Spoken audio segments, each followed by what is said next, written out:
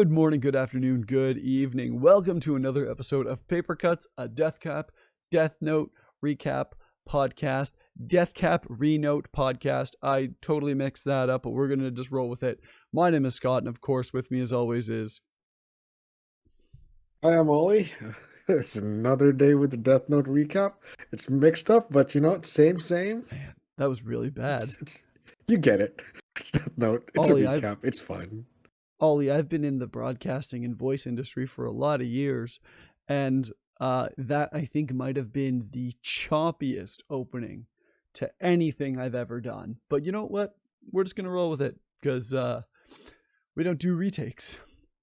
Maybe it's we could. All natural, organic. And maybe we should, but we don't. So, nah. As I said, my name is Scott. With me, as always, is Ollie. Today, we're going to be getting through episodes 17, 18, 19, and 20 of the classic detective series, Deathnote. Would you call it a detective series? There's a lot of detective-y things going on in this series. Like the bad guy's a detective. The good guy's a detective. Somebody else is a detective. Everyone's a detective. Holy crap, okay. It is a detective show. Okay, cool. Good. I'm glad we agree because it definitely feels like a detective show. Ollie, what do we want people to do with the show? Well, our show is available on Spotify, YouTube, Apple as well now. 100%. We're there. I thought it was before. We thought it was, but now turns it's out definitely it there. wasn't. It should be. In fact, if you are finding the show on Apple Podcasts, please let us know because I think it's there. I'm pretty sure it's there. It's there. Yeah. Also, don't forget to share, comment, whatever interaction you got there. Hit us up. Let us know what you think. If there's anything that we can do to improve, anything you want us to tackle, let us know. We'll be more than happy to get back to you. Absolutely. Thank you very much for the shilling. Yeah. As clearly we are not doing enough of it. I'm wearing a blanket today because my house is an icebox. So if you're curious about what this is, I elasticed 2 clothespins together to make a brooch. It works. It keeps me warm. For some reason, now I'm not sure exactly why, and maybe it would make sense if this was all one house. But the builders decided to put the heat vents in the ceiling. Which is weird. Right? It almost doesn't make any sense. But it would make sense if it was all like one house, one dwelling. But it's not. So couple that with the very little natural light we get, things get very chilly. But that's why I'm wearing a blanket. So hopefully it's not too distracting. Does it help the heating on your ceiling, even a bit? Does that change anything? Well, no. Okay, every little bit helps, but it just is what it is. So we're just kind of dealing with it as best we can, and this is how I deal with it as best I can. So without any further ado, what do you say we get into these episodes? Let's go. Okie dokie. So we opened up with episode 17, Execution. Oh, man. Now, when I first started this episode, I forgot what it was about. And then it started, and I was very excited and also terrified. We're going to get to why here in just a second. I'm mixed on this one. So we open with a new person using a death note. We've never seen this person before. We don't know anything about them. But we do know that the death note was given to him by Rem under Light's orders. And this person, whomever this person is responsible for all of the recent Kira killings that occurred after Light went to prison or went to solitary confinement. Rem says that this person is free to use the death note however they like, as long as they keep killing criminals. That's the number one thing. As long as criminals keep dying, they're free to use the Death Note however they want to. Now, this business is a businessman who has a sly smile with silver teeth. Now, that might be a tip-off for later. 1 month into isolation, Soichiro and Misa and Light are all looking pretty rough. Like, Light's hair's grown out, Soichiro's beard has grown out. They're all looking rough. But strangely enough, L has not made Light aware of the fact that Kira is still killing people. So as far as Light is concerned, all the killings have stopped. At day number 50, Aizawa, who's one of the members of the task force, is convinced that there is no way that Light could be Kira because the killings did continue. And that if Light was Kira, he would have killed them by now because of the way that Ray Pember died. Mm-hmm. And Lindell Taylor, which were both sort of connected to Light, but also show evidence that Light couldn't be Kira because if he could, he would have killed them by now. Yeah, but like, look at it this way. If he did, do you think that would like completely blow his cover? Oh, absolutely it would have. But I mean, like when it comes down to a desperate situation, like he's incarcerated, right? They have like cameras on him 24/7. Like, look at it this way. He's incarcerated, tied up, cameras all over him, and then let's say one of the cops in there just died. No, this is like a what if. How would they pin that on Light, if ever? Well,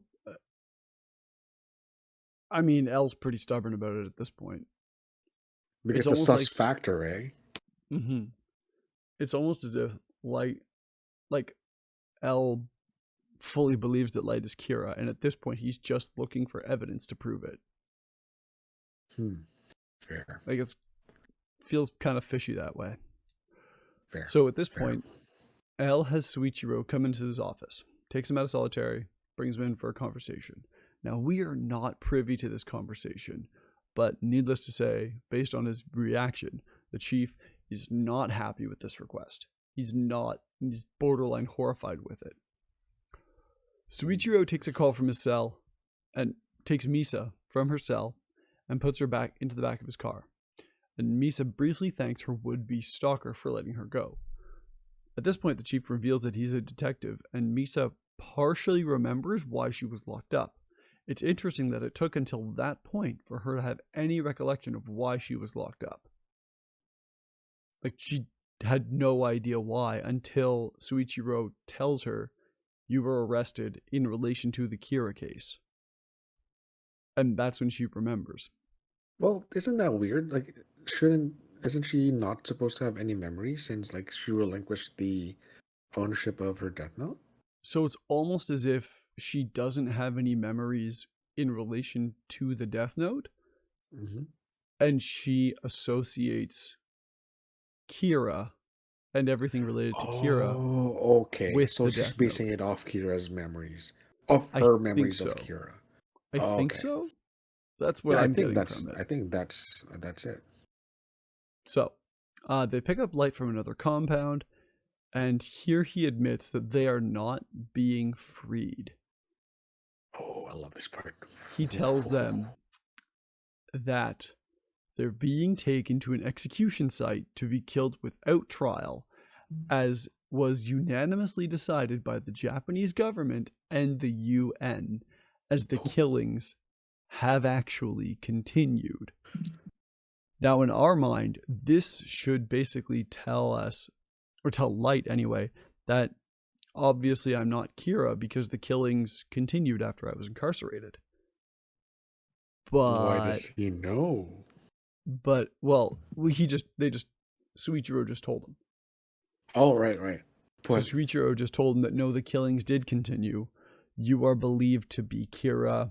At this point, you're the only suspects. Therefore, the government wants results, regardless of whether or not those results are correct. Hey man, like I At think least that's what I got from it.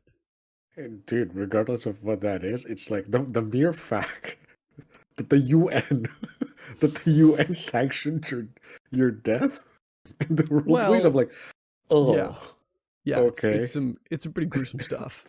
It's heavy. I don't know who. Oh. I don't want So that. obviously, this is a shock to both Light and Misa. So he drives off and under a bridge, and he'll resolve his demons about this by Yep. killing Light and himself, and then Oh, man. ending his own Oh. life. He tells Misa to escape, as she'll surely be picked up by the police if she sticks around. And in what might be the most intense scene in the show, Oscar awards, dude. we see the car light up with a gunshot. Cut to commercial. I think it's the back and forth between Light and his dad. Like, the moment dad pulled out his gun, like, you know what, I'm gonna unlife you. Yep. And This then is it. unlife myself. Yep. You baby Yep. girl, you gotta run. Yep. Yep. I'm like, This is how it ends. This is what oh, happens. oh, oh yeah. So we cut back from the ad and learn that the shot was a blank and that Elle watched the whole thing from a camera on the rearview mirror. Oh, It's just that, oh man, like the face of Light, like, he's like literally cowering in fear. Oh, I wouldn't you felt be? good. Like, ooh, you like that, huh? No, I gotta say though, I kind of like this version of Light who does not believe that he's Kira. Like Light when he's not Kira, like he's not a bad guy. So you're telling me that the Death Note elevated him to douchebaghood at the same time? I Well, I think think that's his so. ruin. That's exactly what ruined him. Absolute power corrupts absolutely. And he wanted it back. We'll see. We haven't got there yet. Um. Oh, in the commercial, we learn that you can loan and even sublet a Death Note to somebody else. Anyway, naturally, the whole thing was a test. If Light or Misa were Kira, they probably would have killed Suichiro to save themselves. Since they didn't, well, they can't be Kira. No memories. Light and Misa are Misa though is still under investigation because of the DNA found on the tapes. Light and Misa are taken back to headquarters where we learn that Light and Elle are to be handcuffed together 24/7 to their mutual dismay. That if Light dies, so will Elle, and vice versa. And Matsuda will take on the name of Taro Matsui and will go undercover as Misa's new manager in order to escort her everywhere. Her Now we daily learn. model. Yes. And now we learn of the new headquarters that was being constructed for the investigation pretty much since the beginning. And it's this beautiful new skyscraper where they'll all be working and studying and living in during the investigation. Which, like, feels like a bit of an ass pull to just suddenly, boom, beautiful skyscraper. I gotta ask this question, dude. Like, I have to ask this question. We both saw how big that skyscraper is, right? It's the biggest one in the city. Like, it's the biggest one in the surrounding You, area. you can't miss it. Now, we only see them, like, I don't know, 8 people in there. Like, somebody has to, it takes more than that to run the whole building. Just to run the building, just to run the heating and water systems. Right? So they have to Like, hire okay, maintenance people, security yeah, staff, yeah, janitorial staff. Like it just everything. it It's a big operation.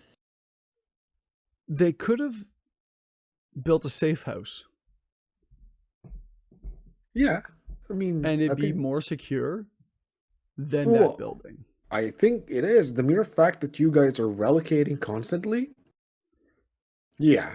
Instead of like this big building in the middle of the city, like, hey guys, this is it. Like, we Well, that's don't good. even talk about how rich uh L Kira, must be. like L is, we're over that. Like, okay, fine. Like, yeah, you have Right. like a few money, cool. But like, why? Why though? But why do? So we learn, regardless of the giant unnecessary skyscraper, Yep. which, I'm sorry, one last thing about it. Okay. Shoot. So a little bit about myself. I Hmm. work in municipal government. Okay. I deal with building and development permits. Yeah. Go. So Go for let's it. let's start with the fact that this structure was built, started construction.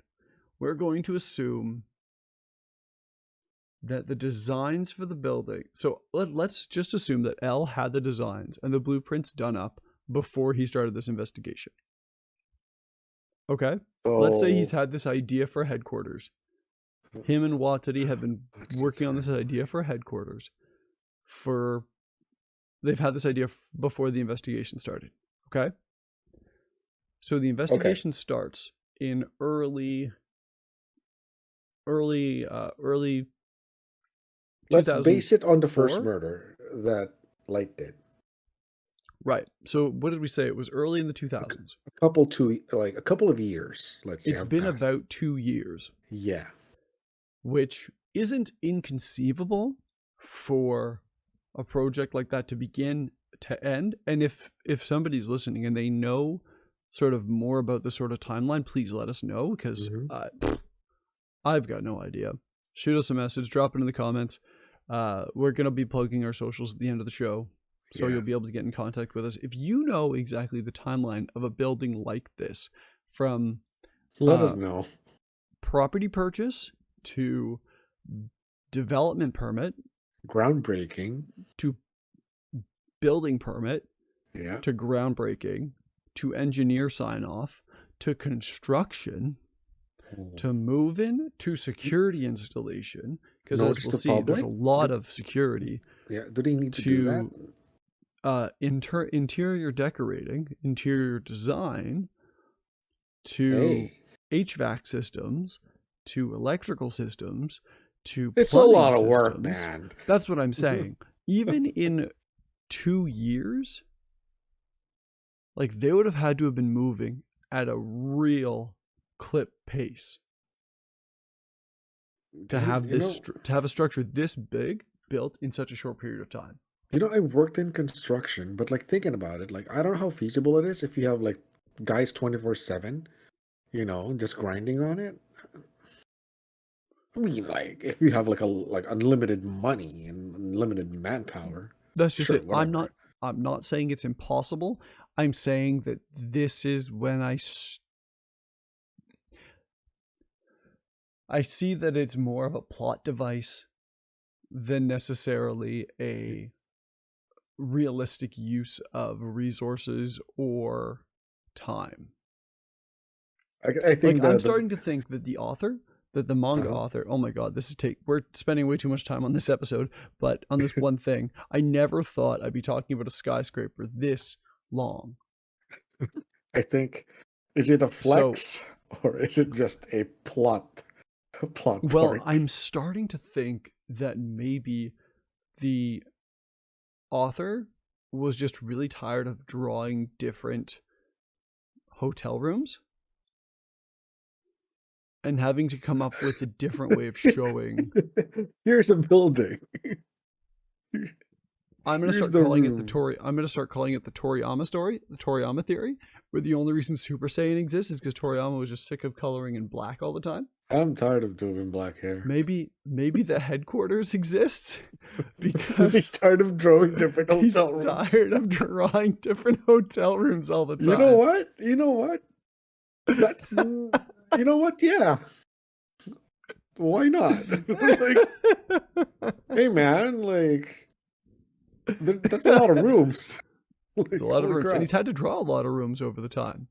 Anyway, Oh, so I'm putting a hat on the skyscraper. We're not talking about the skyscraper anymore. yeah, we're done with skyscraper.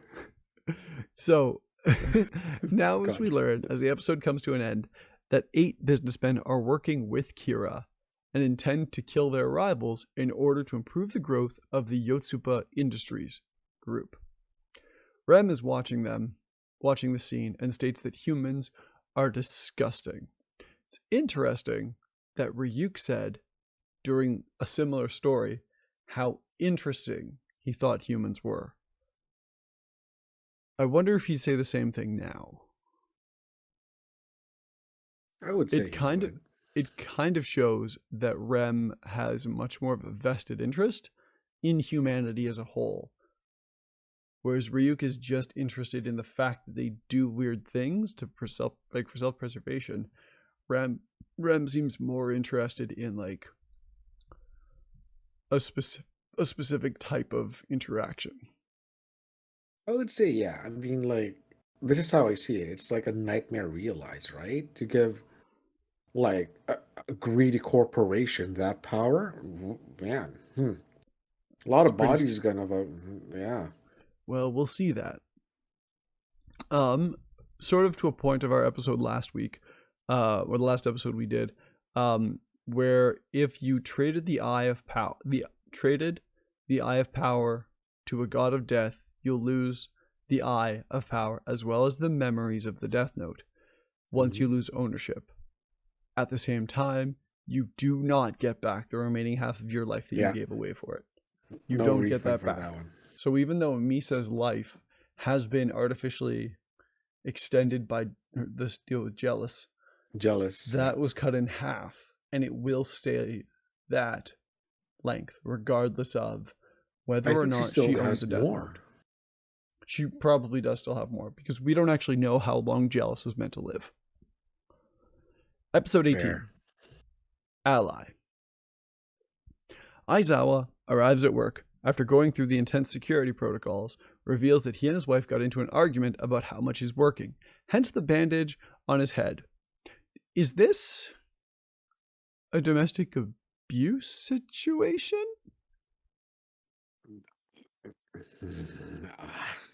I, no, I don't think so. I I don't mean, think so. he implies that his wife hit him with something. Maybe it's like in Spanish we like to call it cariño brutal. So it's it's like a plaything, but no harm is intended. Like, deliberately smacking you with a pen in the head. Nothing like that. Maybe rough play. Wink, wink. Maybe they're into that. Maybe. Hey, man. You know what I got? Okay, so how Drink a familiar are trip. you with? How familiar are you with Final Fantasy IV? 4. Who's the hero at 4? Cecil.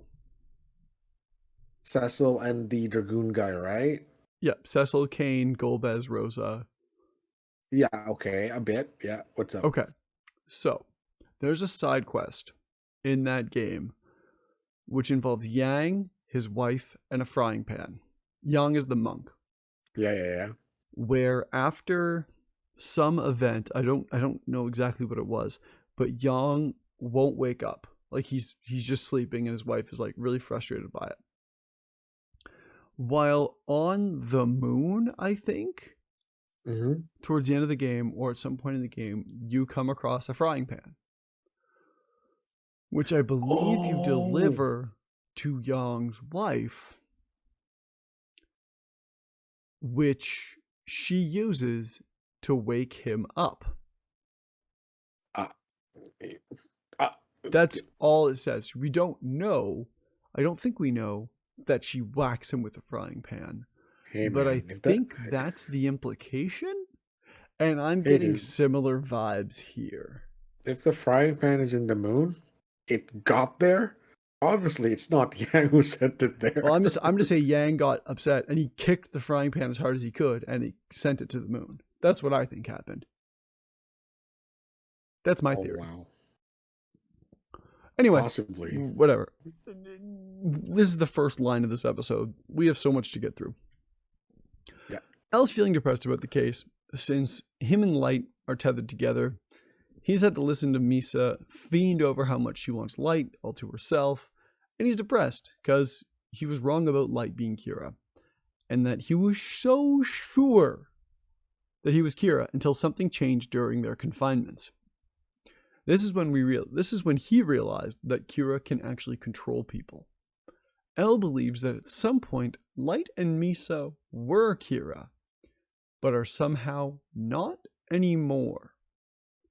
This means that Kira, if Kira is a force that can pass from person to person, making catching him all the more futile. At this, Light decks him, punches him across the face, frustrated that El, the world's greatest detective, would just give up like that. El hits him back with a swift kick that makes me think that El might know capoeira? From the position he was in, throw a kick that strong? I would say yeah. That's a Maybe. capoeira kick. I've seen that kick. Yeah, I was like, oh, he can do that? Huh.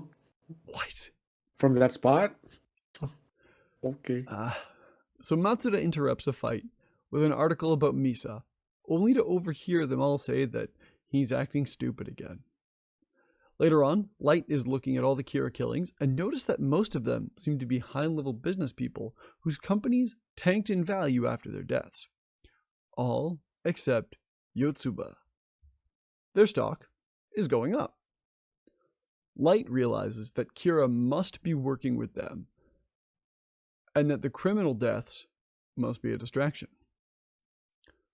Meanwhile, the 8 men of Yotsuba talk about their recent killings, confused that one of their victims simply died of a heart attack. Clearly, they don't know all there is to know about the Deathnote, and they're just learning as they go. Or they don't know all there is to know about Kira. They don't know all there is to know about the power that's been given to them. They just got it. And I don't think whoever the person is that is actually writing it, the current person who is using the Deathnote, I don't think they know either. I don't think they read all the instructions. They didn't. I'm pretty sure. So but then again, thinking about it, like corporate dudes, them not reading the entire thing, you know how these guys deal with fine print, right? Like, you'd think they would read the fine. You would think they would read the fine print, though. But they didn't. No, they didn't. They probably should have. As they share this info with the group, yeah, as Al and Light and Matsuda are chatting and sharing all this info with the group, Suichiro doesn't really respond as he's in the room with them. As we learn that many politicians have taken bribes from Kira, and they've been instructed by top brass to drop the case. If they want to continue with the case, they can no longer be police officers and have to turn in their badges. So at some point during this whole situation, Kira managed to get enough money to bribe politicians of the world to convince them to stop investigating Kira. Which says a lot in and of itself, of just how much bigger the situation has gotten. Yeah, because, everyone knows Kira was not acting on a corporate level. And now suddenly it's like, oh. But suddenly now he is? Yeah, right. So while the other members are happy to turn in their badges, Aizawa's hesitant, as he needs his job to support his family, and doesn't want to ruin Ukita's memory. We learn that Watori, so while they're struggling with this, he's having this problem decision and seriously considering leaving the task force because, well, he needs his family, he needs his job. And even don't blame the guy, man. And absolutely not. And even Suichiro's like, look, you obviously need to support your family. Yeah. You've got a young daughter at home. You've got two young kids this is at the home. guy with the little girl. Yep. The guy with the afro and the little girl. Yeah, So they saw him in the park, right? And he was like bawling his eyes out. So, yeah, okay, they haven't I seen him yet. remember now. Yeah. But while he's struggling with this, Watadi comes on and says, "Hey, uh, L, I understand. It's okay, L. You had me sign up a trust or start a trust fund Casually. to make sure that anybody who lost their job while investigating this case would still be perfectly fine." And Not now, that's while this just is something that there's more. you'd think would make Aizawa stoked and happy to stick around, it actually Yeah. pisses him off Yeah. because he's just sick of the way L treats people and the way I that, understand that. like, I get it.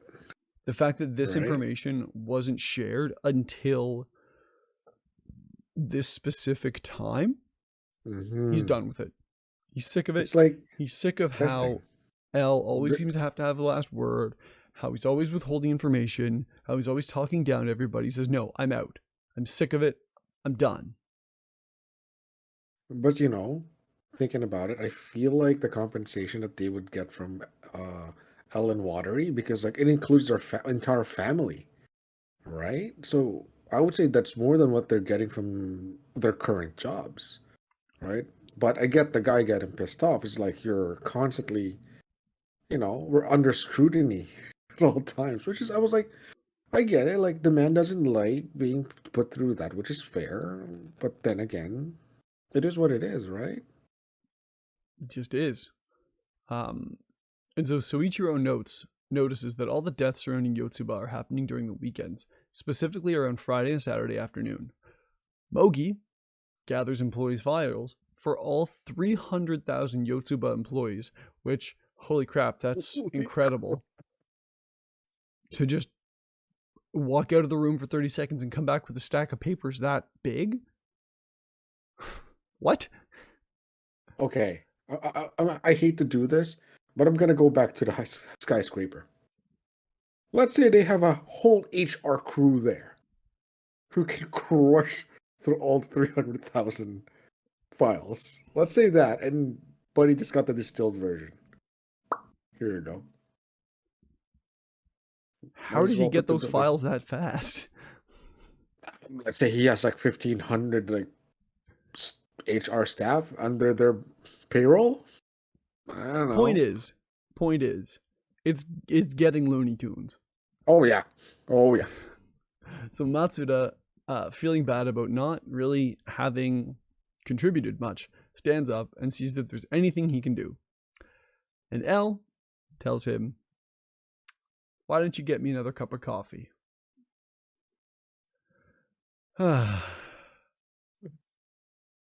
But now that they're not affiliated with the police, L brings in a con man named Iber and a master thief named Weddy to aid in things. Now they're sort of minor characters. They're going to come up. I love They're these pretty two. cool. Just saying, I love these two. Meanwhile, Aizawa is sitting in a park when his wife and daughter come by. He breaks down emotionally and tells them that he's been given some leave from work and will be able to spend more time with them, Good for him. which is good, but he's also had to leave behind Ukita and his memory, and that he's not able to continue his, we'll say, crusade Yeah. as I much mean, as he wants to. I mean, he has a whole family on his shoulders, right? Again, nothing against the guy. Like, you chose well. He did what he had to do. Yeah, man. He stood, but you know what? He stood by his principles and Yeah, stood by what he believed he had to do. yeah. No love lost for Buddy over there. No, and you know what? He is probably a lot safer. Yeah. He's gonna get to see his daughter grow, which is, I'm all for that. Family. Yep, absolutely. Episode 19. Any more thoughts on episode 18 before we continue? I just want to know like what the benefits package and what he's offering. It sounds so Do they get attractive. therapy? Oh yeah. Oh, that has to be included. I mean, you'd hope so. Therapy's there. Yeah. Episode 19. Matsuda. It's finally time for our boy to do something meaningful. This episode is bumbling and wonderful. So it's time for our on a routine shoot for Misa. Matsuda remembers all of the info regarding the Yotsuba group and sneaks into their main building, which just so happens to be across the park from where Misa is shooting. Yep. And with him, equipped at this time, he has his cell phone, he has his pager, his belt pager, and he's got some photos of Misa. That's all he's got. Okay. Fake business cards. And business cards, right. Yep. Our sneaky boy somehow on a Friday afternoon manages to sneak all the way up to the meeting room where he hears the circle of top men talking about Kira and their next victims. Hey man, I'm gonna cut you off here. For a corporation that big, their security sucks. They should invest find out just more how bad in their security. Sucks. I mean, like, wow, you guys, your security sucks. He got all the way up there. What? Okay. Unreal. Yep. Unreal. Let's carry on. So Matsuda, being the slight, clumsy man that he is, stumbles into the room after hearing them say the words Kira and the words our next victims. Falls into the room. Gets caught by the security team and is brought in for questioning. They think he's a corporate spy. Not that he's a cop, not that he's a detective, not that he's anything else. That their primary like issue is corporate espionage. I think it says a lot. It does. It really does. They're not worried about the cops, man. Nope. They already paid off all the politicians. Nobody else is investigating Kira. Yeah. So okay. Fortunately, he's got a cover story as Misa's manager and uses the idea of her being the Yotsuba's new spokesperson as his reason to come into the building. And it's pretty great how they just accept it and accept that he didn't go through HR, that he didn't go through their outreach team, through their publicity team. No, he snuck upstairs from the basement, from the first floor all the way up. I think it means one thing. They know their security sucks. That's why they made it all the way there. Absolutely. Where are we here? We flash to L and Light thinking about whether or not he could actually kill people if he had the power of Kira. Would he use it? We also learn that the second best detective in the world, Coil, has been contracted by Yotsuba to find out who L is. Joke's on them. L is actually the world's top 3 detectives. Yep. And not just himself. So he poses as himself, Coil, and the third detective, which I can't remember their name, unfortunately. Do you remember the third person's name? I forgot. He uses 3 different names. But, it's making it like this. These are 3 different individuals. But it's all him. So he gets a call. So Matsui gets a call from L after pressing the button on his belt. And his ringtone is the song from the OP, which is a beautiful... A banger. Which got me thinking that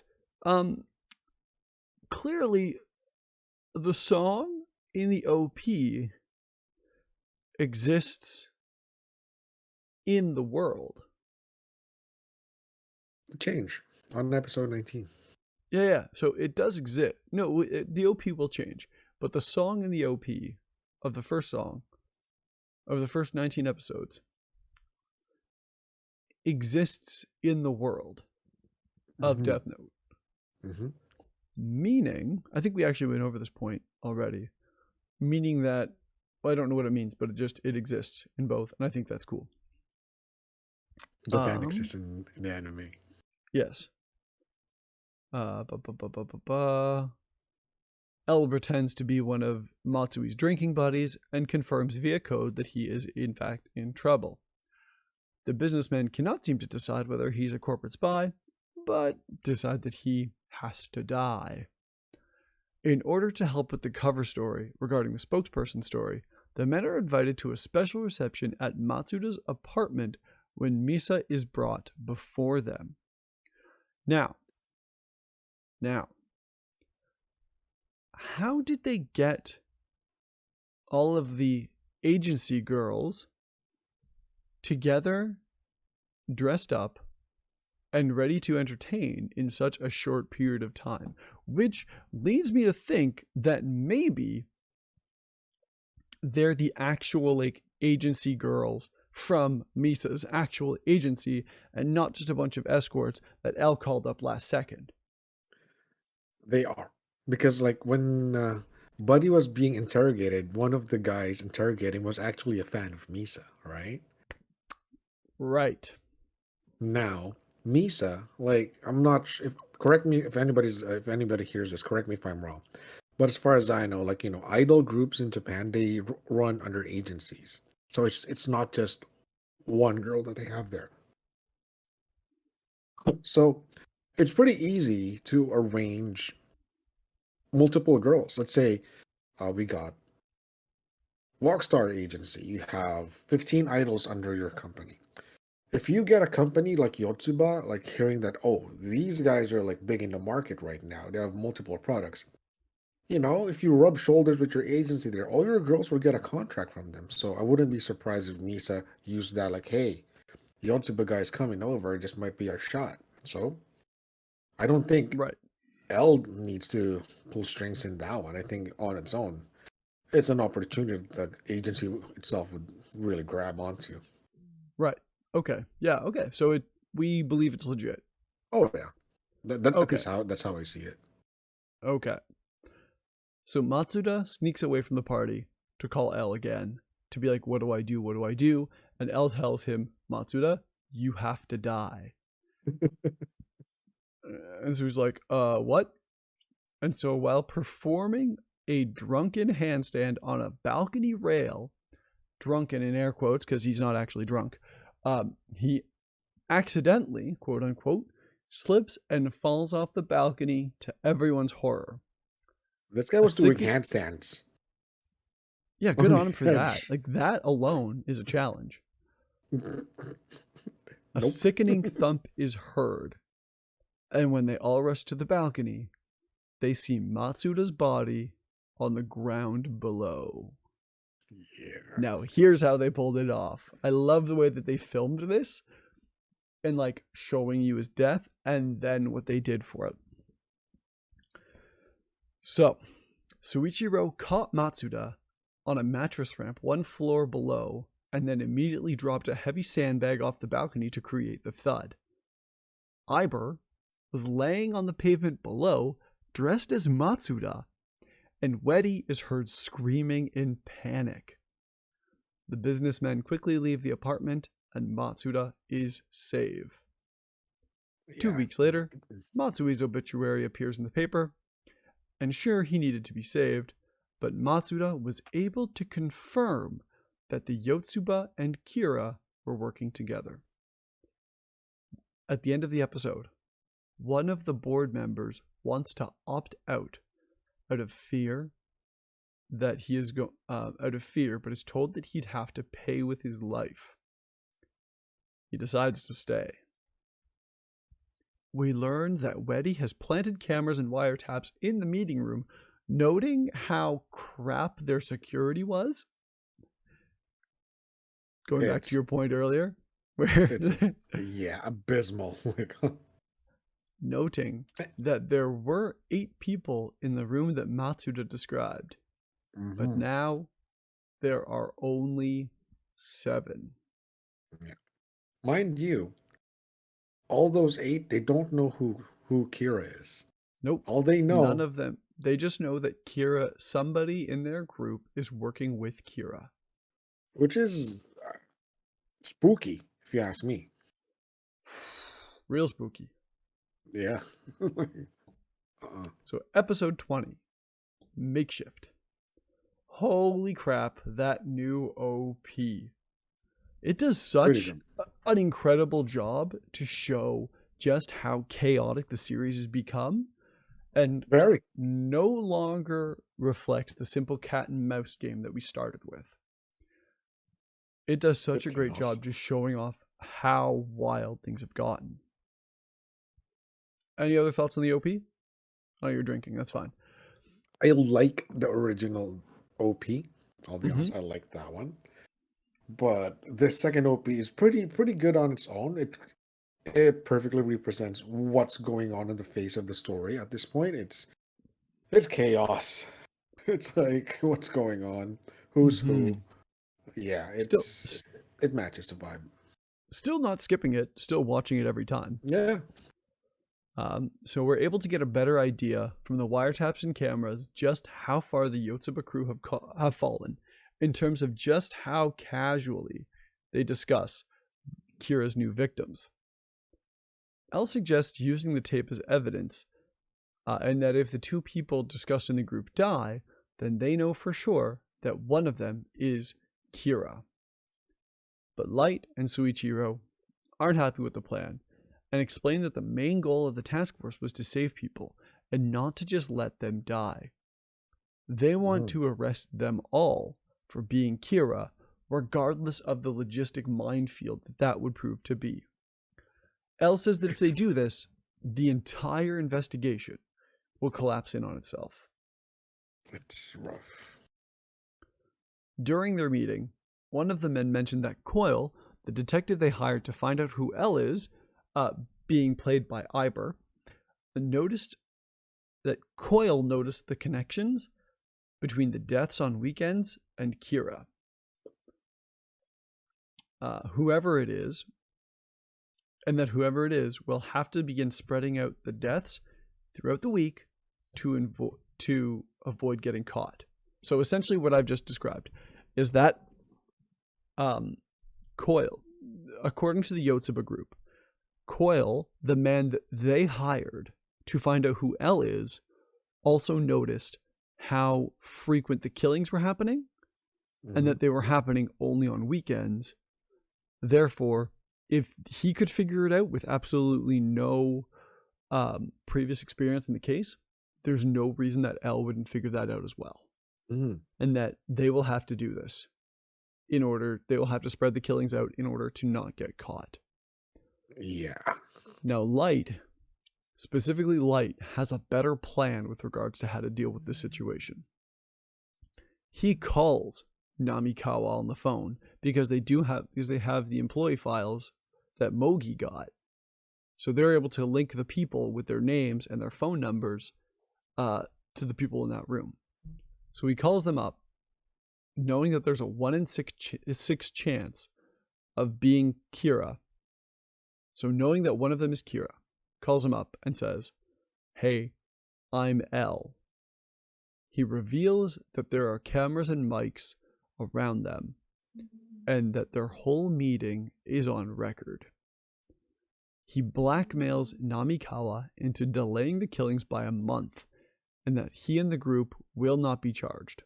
Only Kira will be, whomever Kira is. Finally, he is not to tell anyone else about the call, or else they will all be arrested.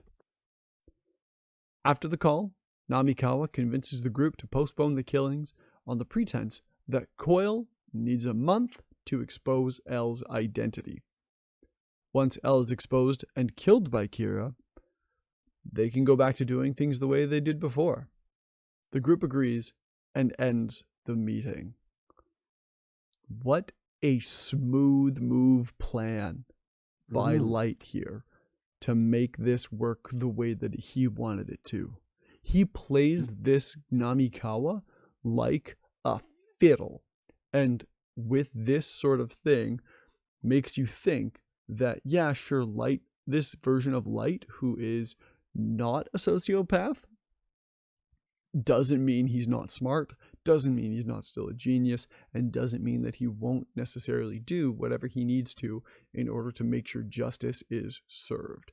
And the funny thing is, he called the guy in the middle of the meeting in front of the other dudes. Yep. Like, That's wow. so gutsy.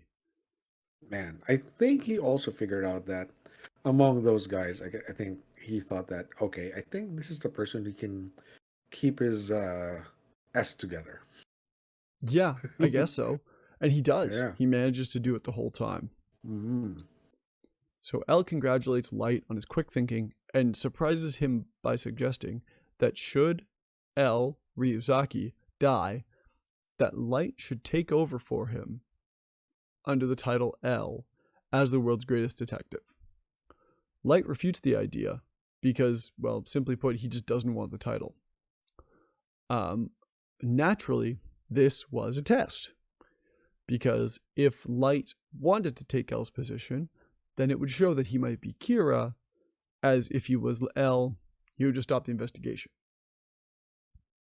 I'm Light starting asks to L, realize something now. can I wait till the end of this point? Mm-hmm. Light asks L point blank, Ryuzaki, do you still think I'm Kira? To which he admits that he never stopped thinking it. Thus, another brawl breaks out, which Matsuda once again stops. What was your point? I'm starting to remember like my first watch through this series. That's because of that conversation that L said, if I die, you're going to be the next L. Mm-hmm. It makes a lot of sense. We'll talk about it in the future episodes. It's a trap. Okay, excellent. I love a trap. Traps are fun. So Soichiro wants to use the footage to arrest the men, but L thinks that Kira would just kill them if one of them wasn't Kira. Basically, if they arrested them all, they would all die because if Kira's among them, he'd just kill them all.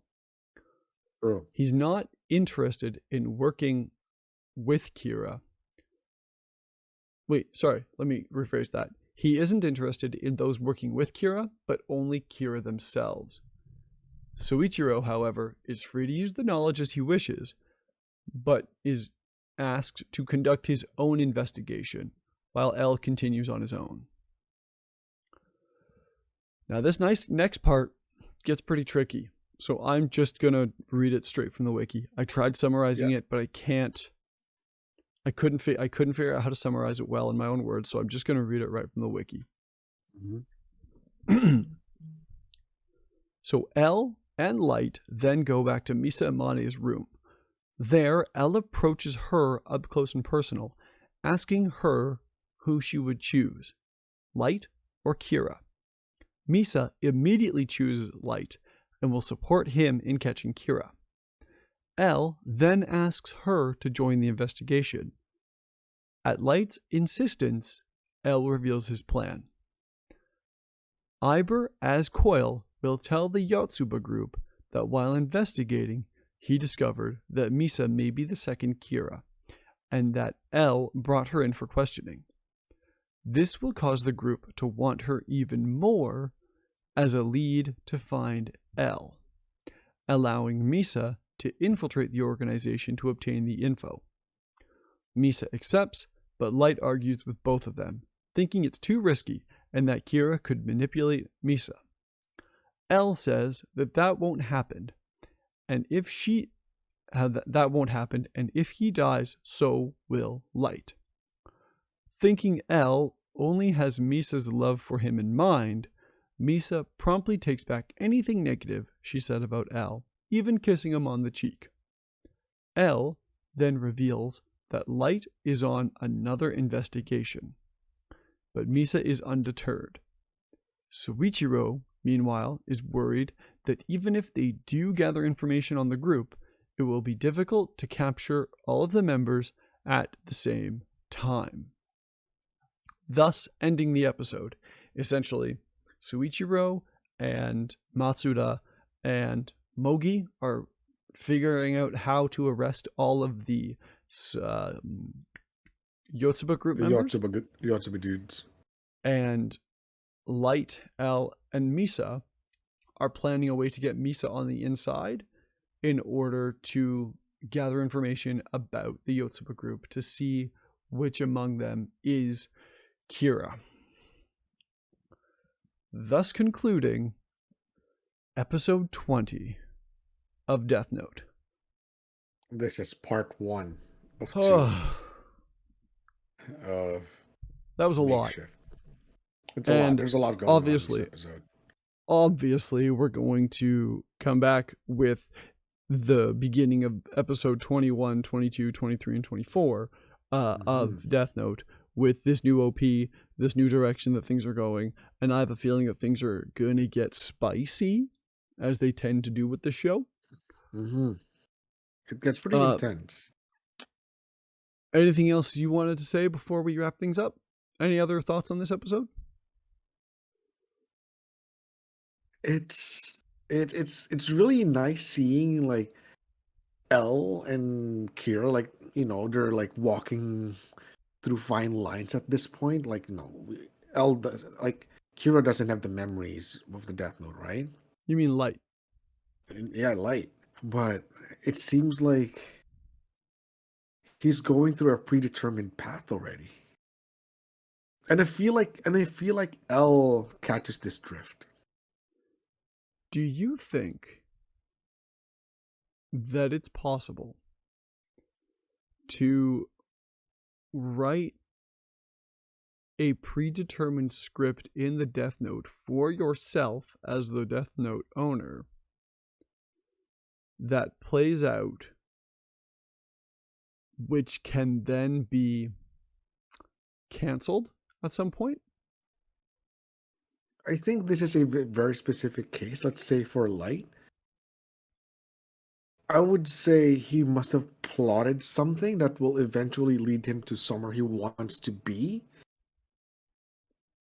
into that position where he can mess around again. I don't know. But like, that's what I'm getting from. That's what I'm getting from this thing. Right. Because he's acting naturally. Like, you know, who knows Light better than himself, right? He's acting like he would if he hadn't picked up the Death Note. Exactly. We assume. That's how I see it. Interesting. And I would say L already like have this. L's not a slouch, man. He's a smart dude. Well, he's the smartest detective in the world. The mere fact that he has this idea that Kira is more like a persona that can be transferred, like, you know, it went to a corporate form now, right? Right. I think that's a really smart way to go about it that I don't think the author intended in the beginning. To have Kira, to have the Death Note and what it causes you to do, essentially, as a force of nature villain. Yeah. Versus being just up to one person and the decisions they make. Yeah. And I think that's a philosophical tangent that we can absolutely go down another day. Yeah. It's Ollie, where can people on the internet find you? Scary. Well, I'm on Instagram, extrarice_inc, INC. I'm always on the gram. Hit me up if you have any questions about the show, comments, suggestions, please share. We're on Spotify, YouTube, and Apple Podcast. We're there now. We should 100%. Be on Amazon Podcast now as well, too. I'm pretty sure I set that up. If you're listening to us on a podcast platform, please leave a review and follow the show wherever you want to. And if you subscribe to the channel on YouTube because you enjoyed the video, please do so as well. As you can see, if you watched last week's episode, I did some fiddling around with the scene. Maybe it's a little more dynamic. Maybe it's a little bit more interesting. My name is Scott. I can be found as Walkstar at on various social media. Sometimes there's a Z at the end. Sometimes there's two Zs at the end. For example, I have my Instagram. And hopefully we will be able to catch you next week for another episode of Papercuts, as we didn't get one out last week because of life stuff. I had to go to the big city for some stuff. We can get into it. If you really want to know, shoot me a message and I'll tell you the story. It's a pretty cool story, but it's not it doesn't have anything to do with Death Note, so we're not going to tell the story here. But I guess neither does the fact that I'm wearing a blanket. But on that note, man, having your heater on your ceiling, yeah. You could wear a blanket. Once again, my name is Scott. Of course, I'm always happy to have Yeah, my name's Ollie. Again, Instagram, xrs_inc. Thanks so much for listening. Have yourself a great day, and we'll catch Right. you in the Have a good next one. week. Bye. Bye.